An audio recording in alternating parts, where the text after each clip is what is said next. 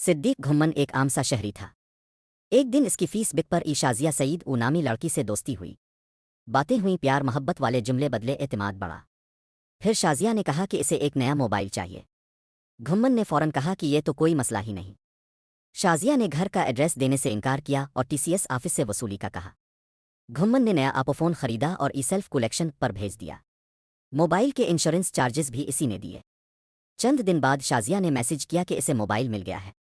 इसके बाद अचानक शाजिया ने राब्ता तोड़ा, जवाब देना छोड़ दिया। फिर इसने घुम्मन को ब्लॉक कर दिया। घुम्मन ने टीसीएस से राब्ता किया कि मोबाइल किसने वसूल किया। कंपनी ने बताया कि शाजिया नहीं बल्कि आमिर नामी लड़का आया था। इसने कहा मैं शाजिया का भाई हूं और मोबाइल ले गया। घुम्मन गुस्से से भड़क उठा। इसने कहा कि मैंने तो मना किया था कि मोबाइल सिर्फ शाजिया को दिया जाए। इसने फौरन टीसीएस को लीगल नोटिस भेजा। कंपनी ने आमिर को पकड़ा और पूछगुछ की। आमिर ने डर के मारे एतराफ़ कर लिया। बोला, मैं ही शाजिया हूं। मैंने फेक आईडी बनाकर घुम्मन को बेवकूफ़ बनाया। इसने मोबाइल भी वापस दे दिया।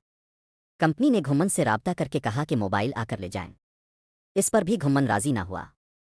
इसने कहा कि मुझे 24,000 रुपये हर्जाना दो क्योंकि गलती तुम्हारी थी। कंपनी ने इनकार किया।